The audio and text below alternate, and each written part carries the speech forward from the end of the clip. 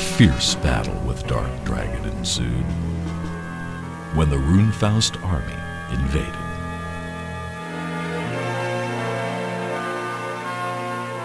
With the heroics of Max and the Shining Force, Dark Dragon was defeated.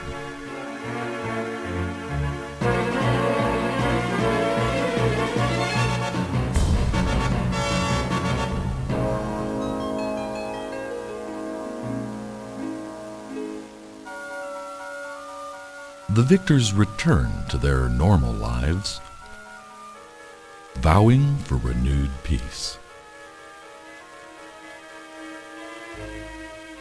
Some disappeared, some left for further adventure, and some returned to their homes and families.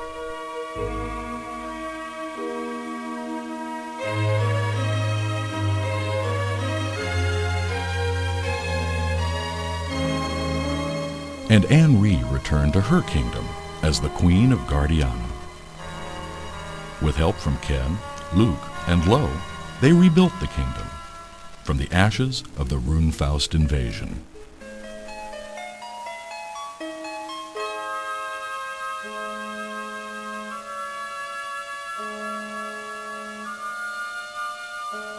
The story begins 20 years after.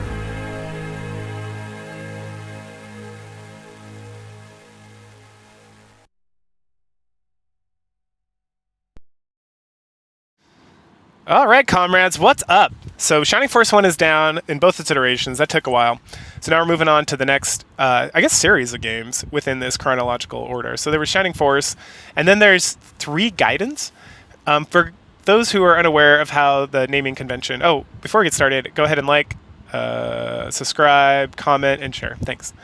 Cool. So when the term Gaiden is used with like older Japanese games in particular, it means usually means like a prologue, which is or a side story, which is interesting because this is a direct sequel, like Shining Force Gaiden 1, which I'm playing on like the Sega CD collection. Now I thought there was 2. I think this is maybe like kind of like a remake of like a Game Gear thing, but I might be getting that confused with like Shin Megami Tensei series, which has a lot of this kind of like mixed chronological release schedule relatability system, where things are maybe kind of related, but also not at all. Anyway, it's a real hot mess over there. But with this, again, so I'm playing the Sega CD version, which that took a minute to get going. Like, normally, for these older games, I just use RetroArch and things just, like, fucking work. But in this, RetroArch was not a fan. And I think it's because I don't have a BIOS installed, but when I was reading online, it seems like RetroArch just has, like, when you install the emulator, the BIOSes are, like, they exist within that. So I'm clearly doing something wrong. But that's okay. I just downloaded Kuga Fusion, which stopped being updated, like, 14 years ago, but still works immaculately. So I was able to finally get that going, and then we got the game rolling. And it has voice, because it's Sega CD, so we get this intro, and the intro is essentially just like recalls the story of Comrade, or / Max, as you'll see before this starts. The video will be there. And how like they defeated Dark Dragon, and then they all kind of like went into their own stuff. And then Anne-Ree was the queen of Gardania. So we start... The story begins at that point with Anne-Ree and Lo, he's never called Lo, but that's obviously who it is for the first game, and Ken, who again is not named, if I remember correctly, but it's pretty obviously him because it's a centaur in the kingdom of Gardania who is like the chief knight of the kingdom. And so they're sitting around and they're talking about how there's this new kingdom, Cyprus, is causing like some problems. And then 3 of these like generals or whatever from Cyprus like show up, they kill, or they get a letter saying like Cyprus is on the move, they're coming at us. And so then these 3 people show up, and then the head general, who looks like a purple monster thing, like almost like a Thanos. He looks very weird. He casts Bolt 3, kills a bunch of the knights, and then they storm in, and then Lil and Ken are about to fight them, but then Anne-Ree's like, no, hold up, let me talk to him. We don't want any, battle with you guys. We just want to like live peacefully. So like, what's the deal? And he's like, oh, our king just wants you to open this package. So Anne-Ree opens the package and it releases like a black smoke, and the black smoke like knocks her out, like puts her to sleep. And then Ken and Lo are about to do something, and they're like, your queen will be unconscious until the king decides otherwise. He's the only one who can release the curse. So you better not fuck with us, and we'll let you know what we want later. And then they just leave. Like the fuck? Our demands are incoming. Never, because we're gonna. The Shining Force is gonna take care of this shit. But still, it's like, that was your plan. That's an awful plan. Like, you didn't even invade. You just kind of like, haha, queen, adios, and then they left. Okay, sure, whatever. So then Lowell and Ken, they put together like a team to head out to Cyprus to like fight and to drag this guy back to release the curse. This is all done, and so that we see this whole thing, right? It's like a Dragon Quest II intro where it's like all in sprites and stuff, and then we get like a little, we get the whole story, and it's very well done. And then we get like just words on a black screen that are like, and so they sent an army out to fight Cyprus, and they never on ship, and they never returned, and they didn't know what to do. And then we go back to like the sprites, and Ken and Lowell are discussing it, and then this guy Rook, right? Yeah, he shows up, and he's like, "We're gonna go, and we're gonna do this, and I brought my friends." And then we get introduced to, so Rook is the son of Lug, who is nobody, right? Nobody I've ever heard of. But then we have Shade, who's the daughter of Hans, the archer from the first game. We have what's his name? Sig? Yeah, Sig, who's the nephew of Gong from the first game, who's a monk, right? And then Shade's obviously an archer. We have Wendy. We have Wendy, who is no relation to anybody, but she's like another elf mage. And then we get Apis. Apis is the son of Ken. He's a knight. And then we also get introduced to this mysterious fellow who's the hero, who I think his name's supposed to be Nick, but it's Comrade 2. So we're Comrade again. Yes! So this is the Shining Force, so we're going to go. And so we get the blessing of Ken, and then Lowe's like, I'm going to go with them to be essentially fill the Nova role. He's going to be the advisor and kind of help us out with stuff, which is very important because in this game, there's not really like exploration or towns or anything like that. You pretty much go from battle to battle, and in between battles, you enter this like screen where you can do like your guild stuff on one side, and on the other side, there's occasionally shops. And when there's shops, you can buy stuff, sell stuff, but Lowell essentially does all the priestly duties / all the Nova duties. So he can change party members, exchange items, which is the only way to exchange items outside of battle, right? And really it's just like battle to battle to battle to battle with like little stories in between is how this game functions, which is fine. I actually kind of dig that. And then within the maps, you can get treasures, you can search and find stuff occasionally. Like, so far that's only happened like once, so that might be the only time that happens.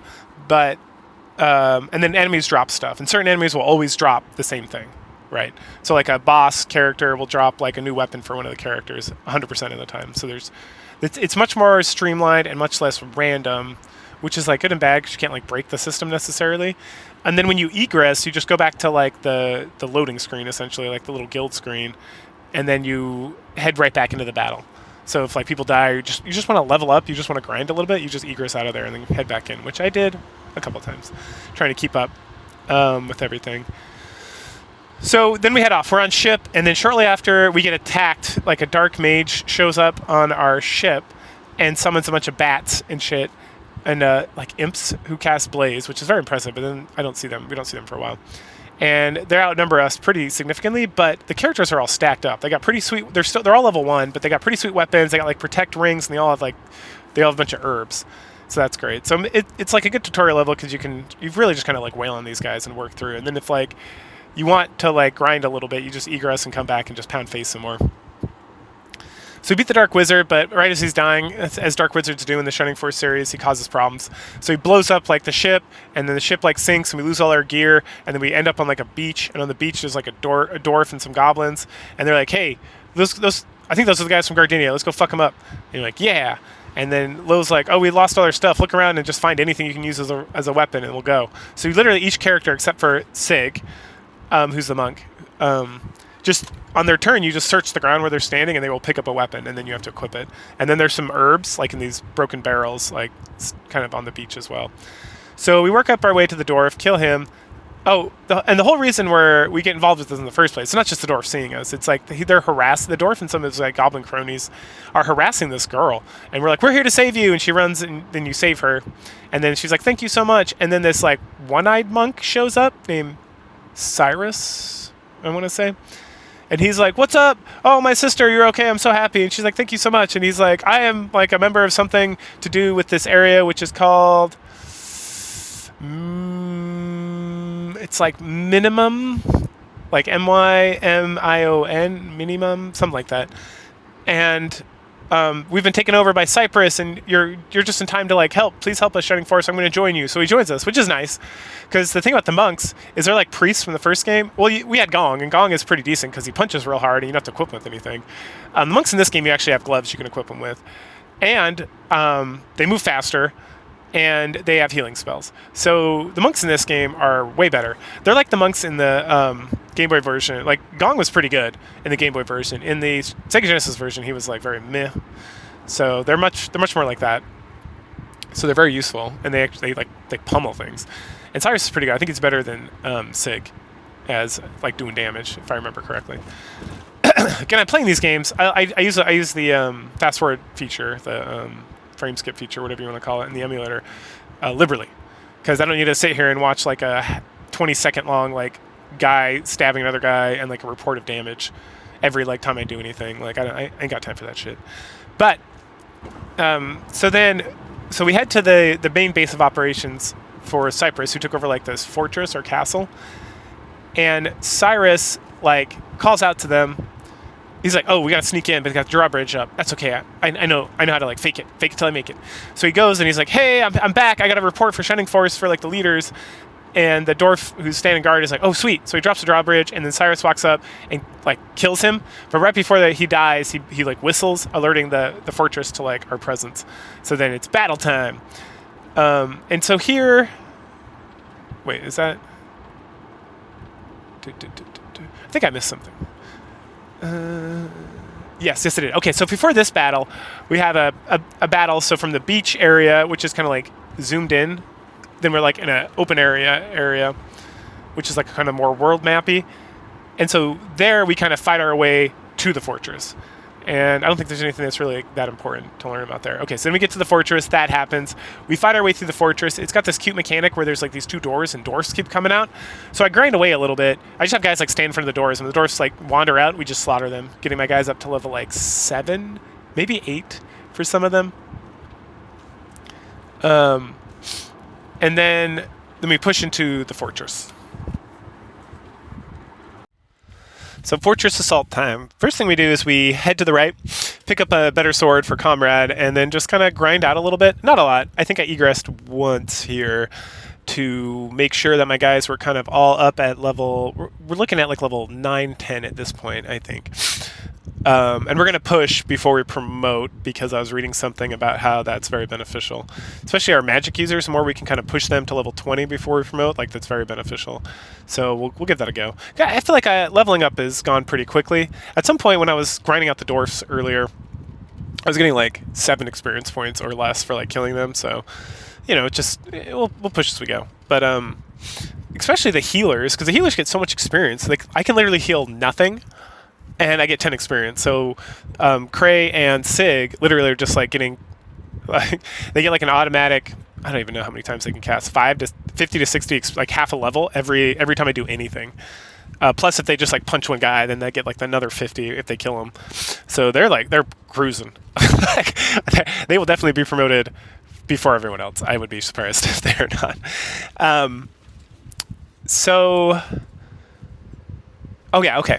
So we get through that portion, defeat everybody in the fortress, free the land of Miriam, and then Claude, the Birdman shows up, and he's like, "What up? I'm here to join the Shining Force. I'm a member of the Anti-Cyprus Union or whatever revolution, and so I got a boat too. So let's go. We're gonna head off to the next area, Asset." Something like that.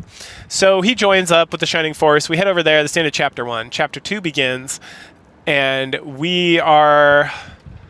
Let me think. I think the first battle of Chapter 2 takes place in a town. No. We fight. So we land, and then we start fighting in a kind of open area, and Cloud is level 6 if I remember correctly. So we got to do no, he's level like 4 or 5. So we got to do a little bit of grinding to get him up to the rest of the level. No, you know what? The first thing is a town. No, the town was the town the first one? Hold up, let me look at my notes. Dun, dun, dun, dun, dun. Okay, yeah. So we land and we fight through this little area. I give Cloud some bonus stuff, make him stronger and make it so he can move further, which makes him like super awesome. Just pummeling the shit out of dudes. So we get him up to level 9 with everybody else, 9, 10 now. Everyone's sitting around that. I had a few people like straggling at level 8, like the Shade, the Archer, because she's slow as shit. But we're able to get everybody up. Then we enter this town, and upon entering the town, we see that they're looking for somebody, Mayweather, or Mayfair is her name, and that she's protected by her guardian. Ooh, what's his name?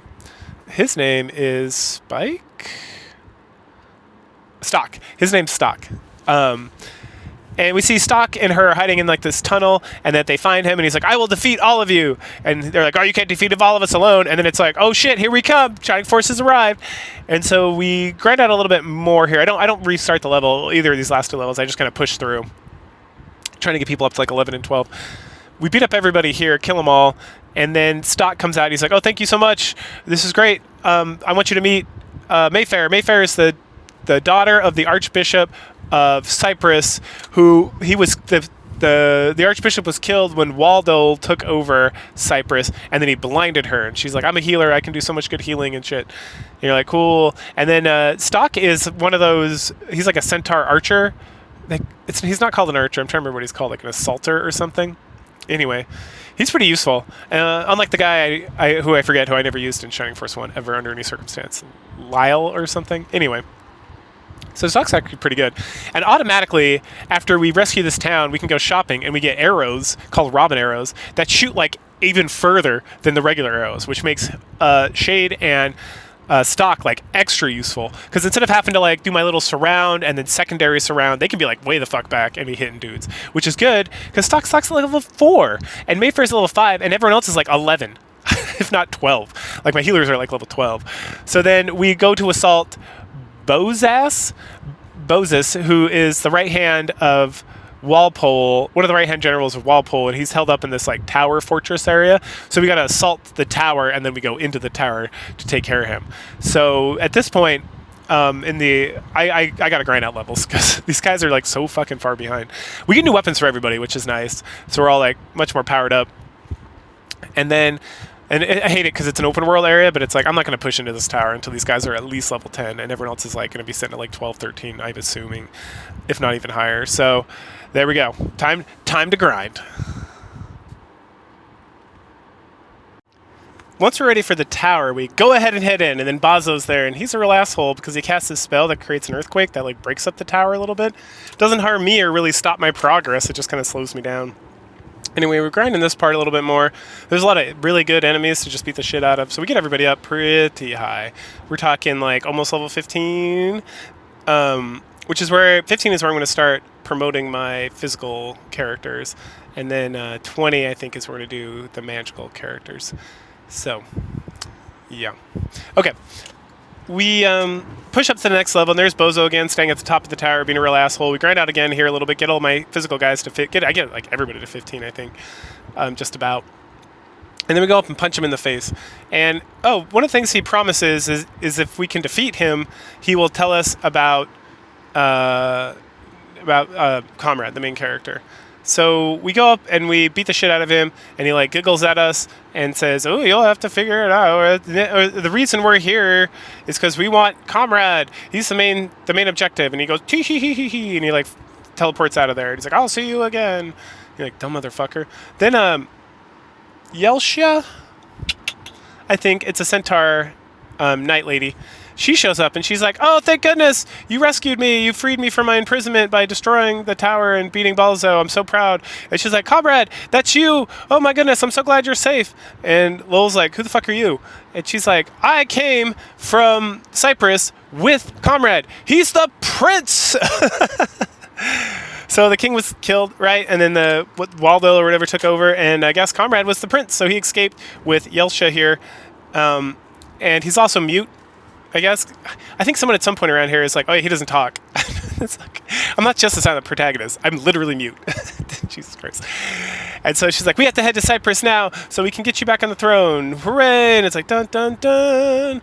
So then we boat over there, and we pretend to just be like some regular Joes who are just like, oh, we're just visiting and stuff. So we're in like the customs dock area, and half the party has like gotten through, and we see Ruck. Is it Ruck? Ruck or Luck? Anyway, the dwarf guy, he gets through and he's like chit chat, and then Comrade comes up and they're like, oh hey, oh this is where it's at. They say, what's your deal? And he's like, does not say anything. And then Ruck runs back, or Luck, and he's like, hey, I'm sorry, this is my servant, he's mute, I apologize. I'm like, that's fine. And then out of nowhere shows up like Prince Edward or King Edward or something, who is Comrade's uncle. Edmund. Yeah, that's right, King Edmund. And he recognizes Comrade there, and he's like, oh, stop that man! We must kill him immediately! And then the battle begins.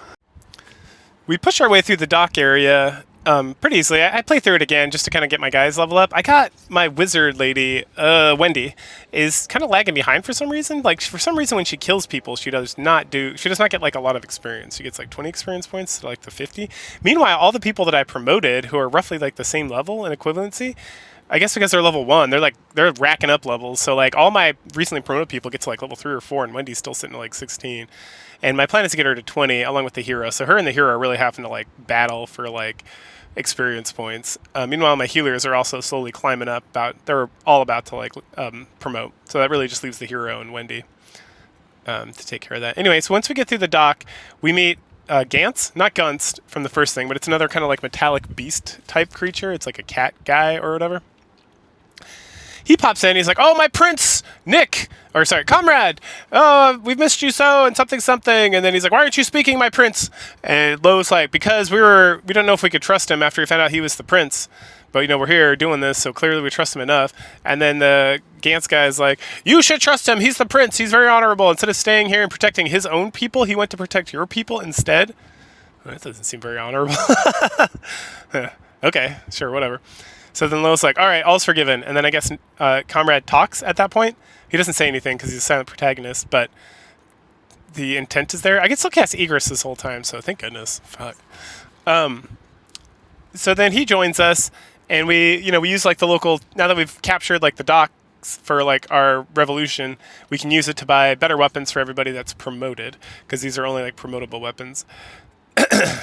And then we are going to go head to the castle to fight.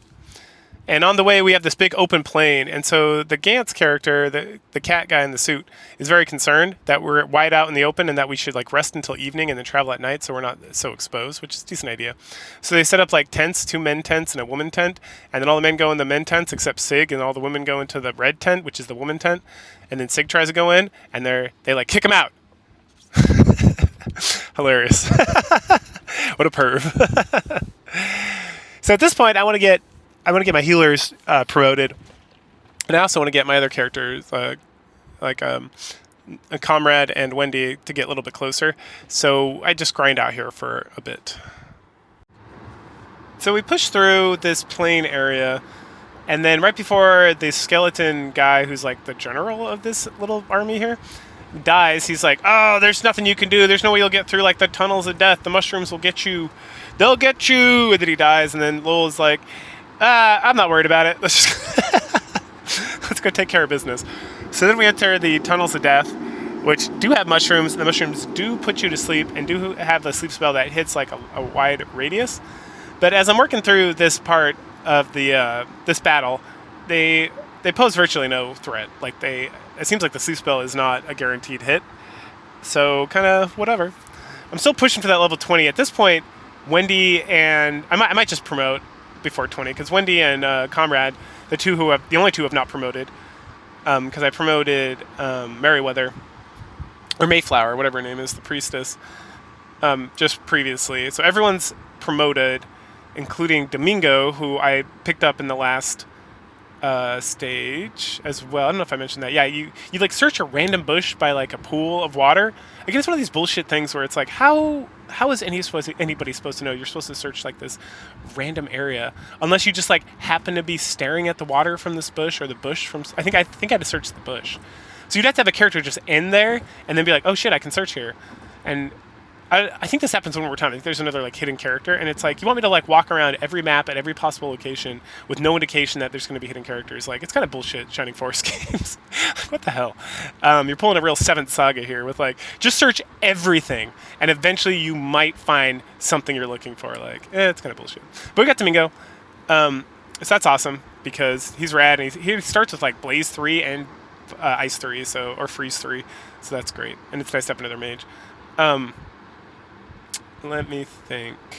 Oh, we also get there's a Knight Centaur who like pops up at the beginning of the dungeon, the mushroom dungeon, and is like, oh, thank goodness you're here. You must help me. I will never give up the fight. And he gets like beat up and knocked unconscious. And then Lo was like, oh, hey, it's so-and-so from the initial, remember, because initially they sent like a troop over here and then they never returned. And that's why we, the children of the Shining Force, had to go out and like take care of business because children are always stronger than like hardened warriors in a powerful kingdom that has already like conquered or like overthrown a previous like dictator. But you know, whatever. So we finally promoted everybody, and it's time to gain some levels. So we go back into the Mushroom Cave for like the fourth, fifth time. I get people up to level 4 at least, I think, except maybe Yisha, the other mage, and we rescue Kenningsworth or whatever his fucking name is. I don't care. I'm not going to use him really.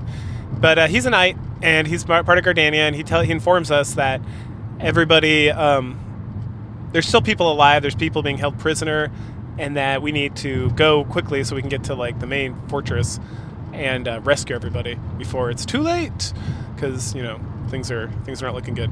So we head out and we get to another open world area where we gotta split the party, because there's a big mountain range in the middle and there's guys on the left and the right. So I do, and we just kind of push through this area, and eventually we get to the end. And once we defeat the Minotaur, who's kind of the boss of the area, we meet a gladiator named Gluck or something. I mean, the main gladiator for the whole game thus far has been Luck. I don't think it's Gluck. It's like Gong or something. I don't remember. Anyway, not important. He is another member of the original party that was sent that is kind of struggling, and he mentions that that for every time we kill one of their soldiers, they kill one of our soldiers. So we got to like really hurry up and rescue them before they all get killed, and that he's going to join the Shining Force so that he can help. And again, I would regulate him to the backfield, but in this next map, we are unable to use magic. So then I replace Wendy, Domingo, and Mayfair with kind of these new guys who I'm only going to use for this one battle. I keep Yisha in just because she's the lowest level out of all my like mage characters. So I want to see if she can go up and like punch guys who have like one or a couple hit points left. See if she can maybe get a level or two while we're here. That being said, I can only replace 3 of the mages, and I have 4 of them, so I might as well keep her around. So the battle through the fortress goes pretty straightforward. I just have a bunch of punchy dudes, and we go punch ourselves way through. When we first get into the area, we meet 2 people. We meet this like tiger-looking guy and this other lady, and they both talk about how they're going to defeat us. And she implements this freeze orb, which is what gets rid of the magic, right? So this level's kind of annoying only because it's like I got to work my way up ladders, essentially. They're staircases, but they're like single. I think one of them's 2 squares. So I just got to like move everybody over there and then slowly move these people up and down. So it's nice having Domingo and Claude, whatever it is, because they can fly, so they can just kind of go and support and whatnot. Domingo in this game is a lot worse than he was in the Shining Force, just because it seems like his mana gets drained so much faster. Like I felt like Domingo in Shining Force like always had mana, and I was like just blowing like max level spells. Here I feel like I gotta be a little more strategic. Anyway, we get everybody levels up. We defeat the orb. The wizard lady and the tiger man like leave, and the tiger man's like, "I will fight you later. Come find me." And we get through that. Once we beat through this, we meet. Do we meet with anybody in this one? I don't think we do. Anyway, so then we go to finally fight Tiger Man, and he's very sad because he used to be Nick / Comrades, the main character. He used to be his like knight or guardian or something. But, you know, Edward, his uncle, the main character's uncle, got corrupted by Woldall, who is in service to like Lem, this dark spirit, and he can't like betray them again for like unknown reasons. It's kind of like that other guy, Ernest, from Shining Force 1, who was like the dragon guy, and he was like, oh, I have to be loyal, but you know what we're doing is wrong. And they're like, well, you don't have to be. You could actually be loyal to the people in your kingdom and not fight for the evil guy who's corrupted by Dark Soul, but I mean, you do you, whatever. It doesn't bother me. So we defeat. I level up guys a little bit here, and then we defeat the Tiger Man, and he thanks us for killing him and stuff. And then we get another bird guy, and the bird guy shows up, and he's like, "What up, players?" And I'm super excited about that. Oh, that's what we got in the last level. We got another knight who joined us, who I didn't use because whatever. I have Apis, and he's good enough. And the knights really aren't. The knight/paladins really aren't that good. So. He can use like some of the super good weapons, like Valkyrie. I'm assuming I'm gonna get at some point, and like Halberd, which I got now, and it's good enough. All right, so the new bird guy shows up, Shrek, I think, and he joins the Shining Force. So of course, we got to figure out who to kick out. I decided to kick out Sig because Sig is like really fallen behind when it comes to attack power from Cray, the other monk, and Cray also has like better spells. So Sig is just like a hands down worse overall character, and I barely heal in this game, to be honest. And so I have Mayfair, and then I have Cray, and having this third healer is like, well, he spends 90% of his time just like healing himself for experience points. So I'm kind of like, whatever. Like Sig does like, he has like 50 attack, and then Cray has like 70, and they have the same weapon. So it's like there's no contest between these two. And then the other spells too are just better. So Sig is like hands down the worst Master Monk. So he goes. So we can get another bird guy. And then we end chapter 3 and we go to chapter 4, which is the final chapter. In the final chapter, we get, I might have missed a map here or there. The night guy, the new night guy, I don't know what his name is. He is like, all right, let's go. I'll show you exactly how to get to Cyprus. And then, you know, I worked for, it's like more people who are like Cyprus warriors. Like we're done rescuing, I guess, all the people that Guardinia sent out. So now we're just getting like Cyprus people who are like part of the Comrades faction.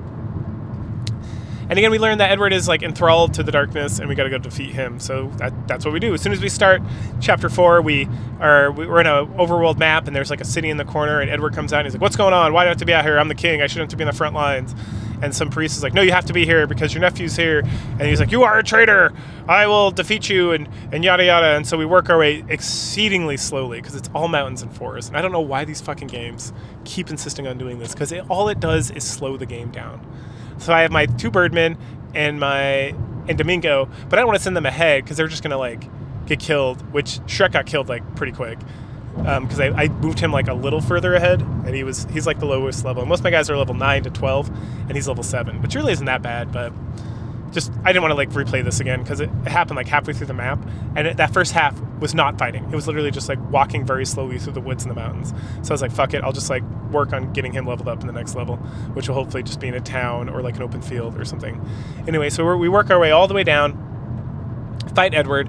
He declares us a traitor before he's defeated, and then dies, and then I think someone else joins. There's so many people to fucking join. It's hard to keep track. Yeah. Oh no, you know what?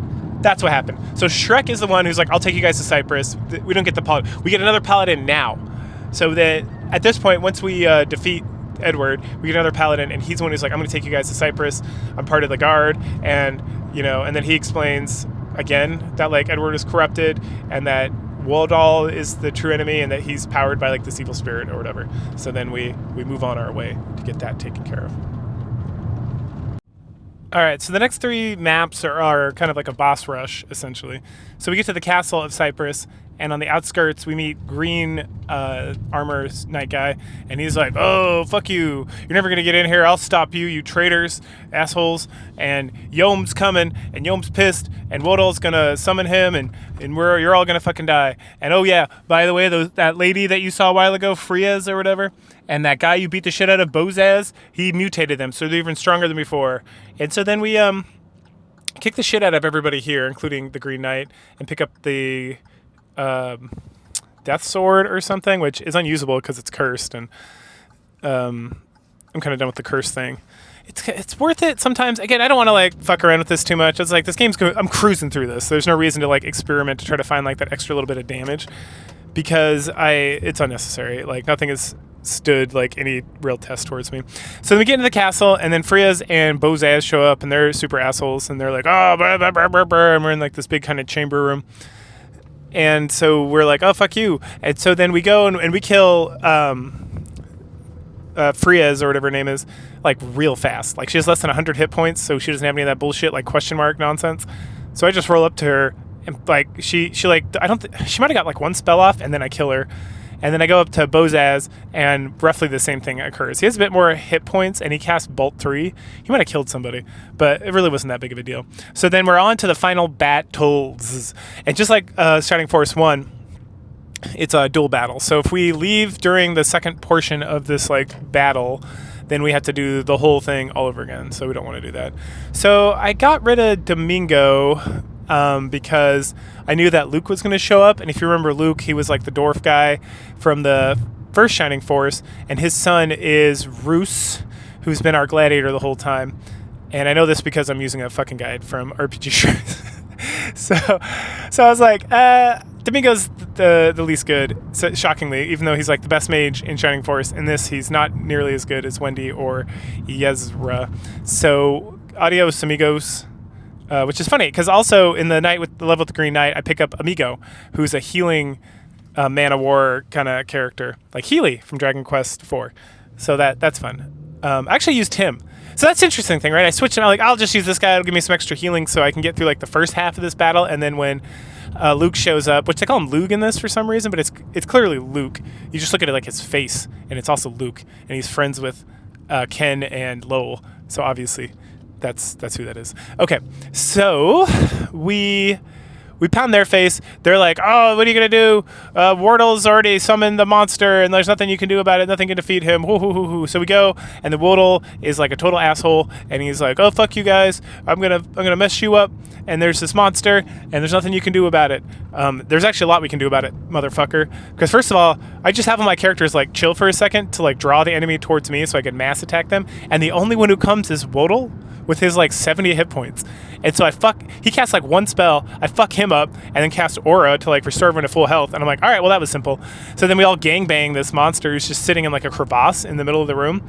Like gangbang him real hard. He doesn't kill nobody. He fucking took it like a bitch. And then he dies, and it's like, Rawr! The world is like, no, you have destroyed me. I will take my treasure and run away. There's nothing you can do about it. And that's when Luke shows up, and he's like, aha, fuck you. Is this your treasure? It's a sword of Hygel. And he's like, no, I need that sword. That's the only thing that can hurt Yom. It's IOM. I'm saying Yom because that's how I'd pronounce it in Italian, but I don't know. Maybe it's Iom? I'm going to go with Yom. So Yom. And so then Wardle turns into like a tiny little scorpion, and I'm like, this bitch.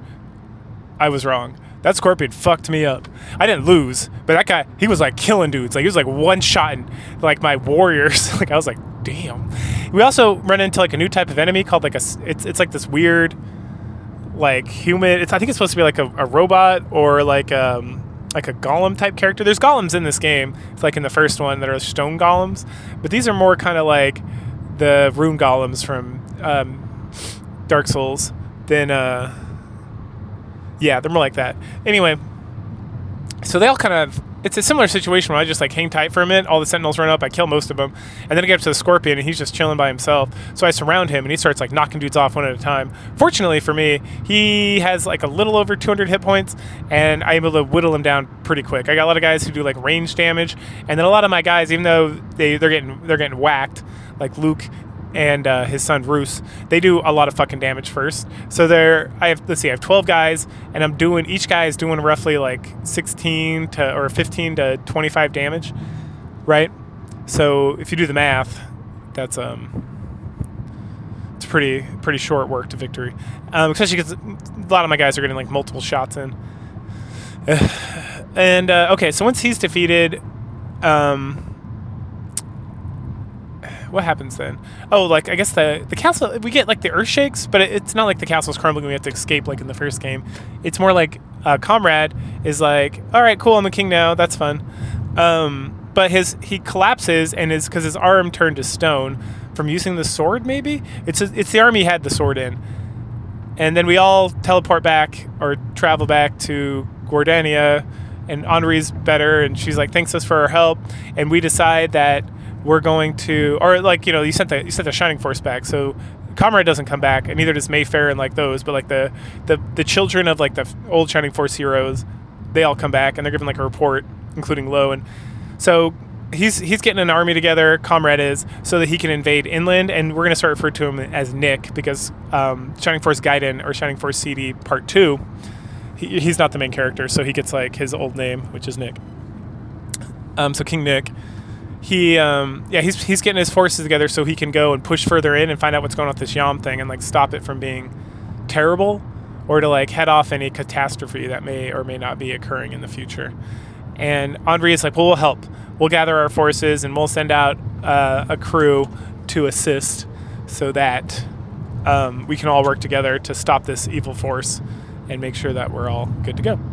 And thus it was, and thus King Comrade, even without having his like right arm, continued to lead and prepare for the future battles, and Queen Henri, in addition, also got her forces and was gathering them up together. And that's the end. That's the end of the Gaiden 1. I'm trying to remember. It has like a title in the game. It's like The Darkness Approaches or something.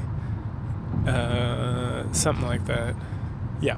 Okay, anyway, super fun. This video is gonna go right into the part 2. I figured fuck it, why not? And then we'll do the Gaiden final, which I think is the one after this, as a separate video.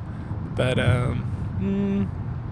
yeah, I don't know, we'll see. All right, cool. So yeah, definitely this was super fun. It was super streamlined. It took a minute to get it figured out on like the Sega CD. So just kind of like anyone who's interested, who's stuck around for like the hour and a half or whatever this is gonna fucking be. You go to Kega Fusion, and then when you get in there, you gotta like have a Sega CD BIOS, which you can get pretty quickly from anywhere. Just make sure it's a US version with the English patch or whatever, in the English ROM. And then you have to go to options in there, set that up. I just set the controller up, and then I had to set perfect sync in there as well, which allows the game to play without any issues. So it's a little bit of work to get the Sega CD stuff to work, but I think it was well worth it. I never played this before, and it was very fun. It's very smooth, and it just like played like Shining Force, like more delicious Shining Force. So I enjoyed it thoroughly. All right, well, I'll just make this a separate video. All right, cool. So go ahead and like, share, subscribe, and comment. And the next video, we will get into Shining Force Gaiden 2. Cool. Catch y'all later.